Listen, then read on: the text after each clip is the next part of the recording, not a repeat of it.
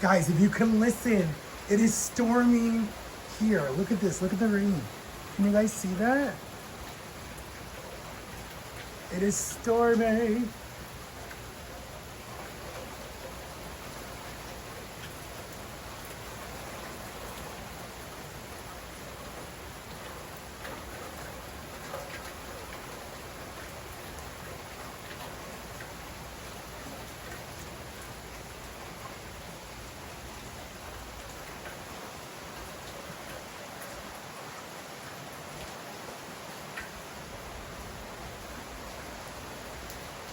It is storming. Storming.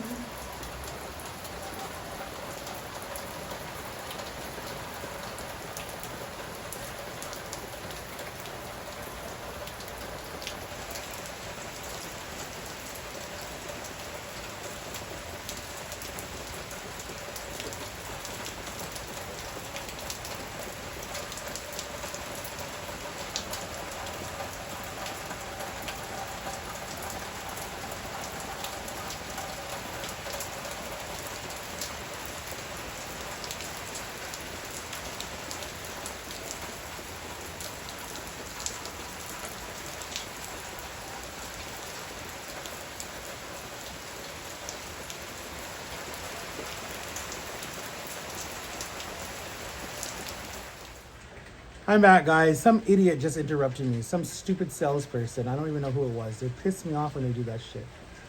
Um, but like I was saying, I want to just run away, guys. I'm tired of being in the state of Florida. I'm ready to like go somewhere, have fun, do stuff with people, live my life, get away from people that are negativity in my life, do what I gotta do for me. Because at the end of the day, you matter. You come first. At the end of the day, and if you don't come first, then at the end of the day, it's on you. It's your fault. It's your fault why you didn't put yourself first. You can blame no one else. If you didn't take the time to, like, okay, let's have a talk. Let's have a real talk, guys. Let's have a real freaking talk, okay? 20, the end of 2019, 2020 were like, they were shitty years, but then they were good years for me too, because like, if the SA thing didn't happen to me, I honestly feel like I would have been able to stay small. And I think that if I would have got away from just so much stress that I was in, like, I honestly feel like if I would have went to like Ohio, or if I would have went to a summer camp, or if I would have went and worked somewhere doing something that I love and helping other people who deal with addictions, like if I would have went to like a AA class or something like that, I think that I would have been successful with losing the rest of the weight and keeping it off. But I think because I didn't go to those type of camps, or I didn't go to those type of like centers, and then having what happened to me and then coming straight back to Florida to deal with, my grandpa could die or live or die or live. It was very stressful. And then, just dealing with like the unknown, it was really hard to keep the weight off. It was really hard. But that's besides the point. I'm not blaming anybody. I'm blaming myself. I could have worked hard, and I should have worked hard, and I should have stayed responsible, and I should have stayed honest, and I should have stayed open, and I should have been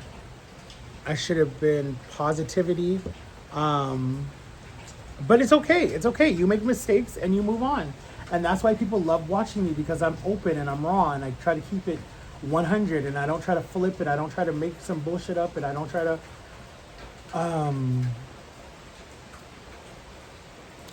twist anything. But I honestly feel like I'm probably weighing 600 pounds again. I really do. I mean, look at this. I really do feel like I'm 600 again. Thank God my back's not hurting, so I can still walk.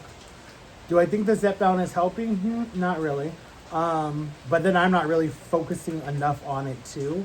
I really need to cut the carbs and the sugar, because I remember when I stopped that the last time, like cold turkey stop it. I lost 180 pounds just cutting out sugar, salt, chips, carbs, like everything, guys. Like I literally was on such a strict diet for probably May, June, July, August, October, November, December. So 7 months, your boy was on a strict diet for 7 months. And I did good. I did good for 7 months. I did not drink soda, don't eat anything. I remember my last, and I'm probably bringing this up enough, and you guys are probably tired. That's probably why my views are not that good. But I didn't touch any food. My last junk food, and Jama didn't really believe me, it was me, Jama, and her husband. We were gonna go to the famous buffet that we liked, but we just said no.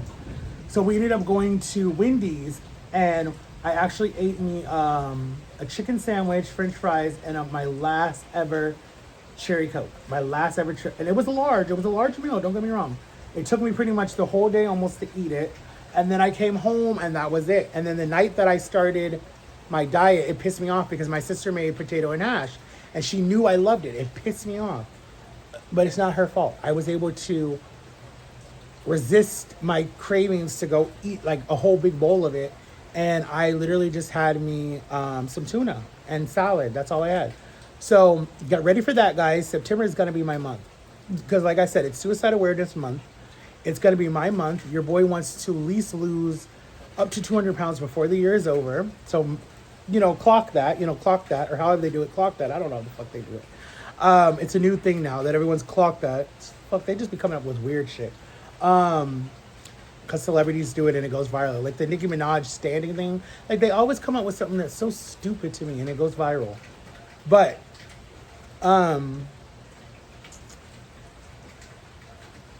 your boy wants to make a difference. Like I really do. I really want my channel. At the end of the day, if I die tonight or tomorrow or whatever, people could go watch over 1,236 videos that I've posted in 9 years. And that could take you as long as you want. You could start and stop and start. You could do whatever, just so it doesn't go all fast. And you literally do see my life going on a hill. I'm not gonna bullshit it. I'm not gonna lie it.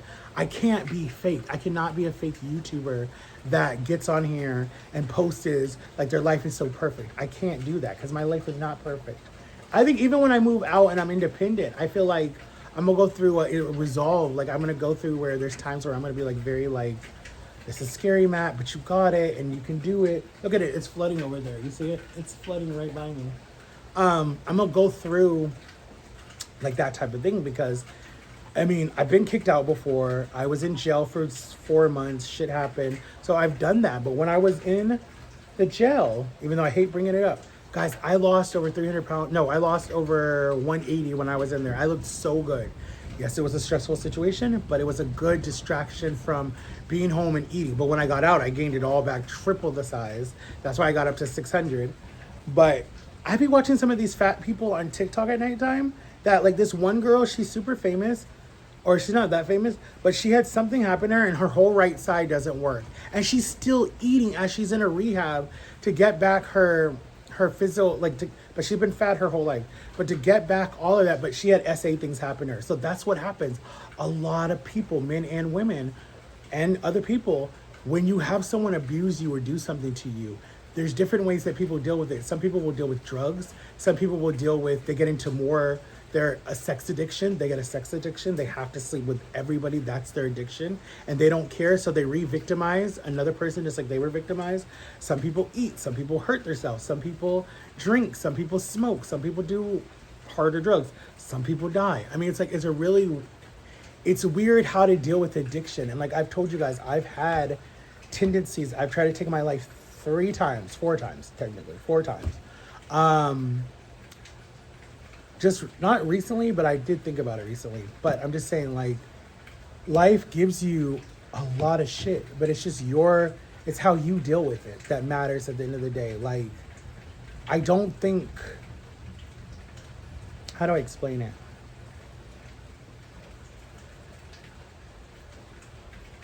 I'm trying to think of the word how to explain it. Like,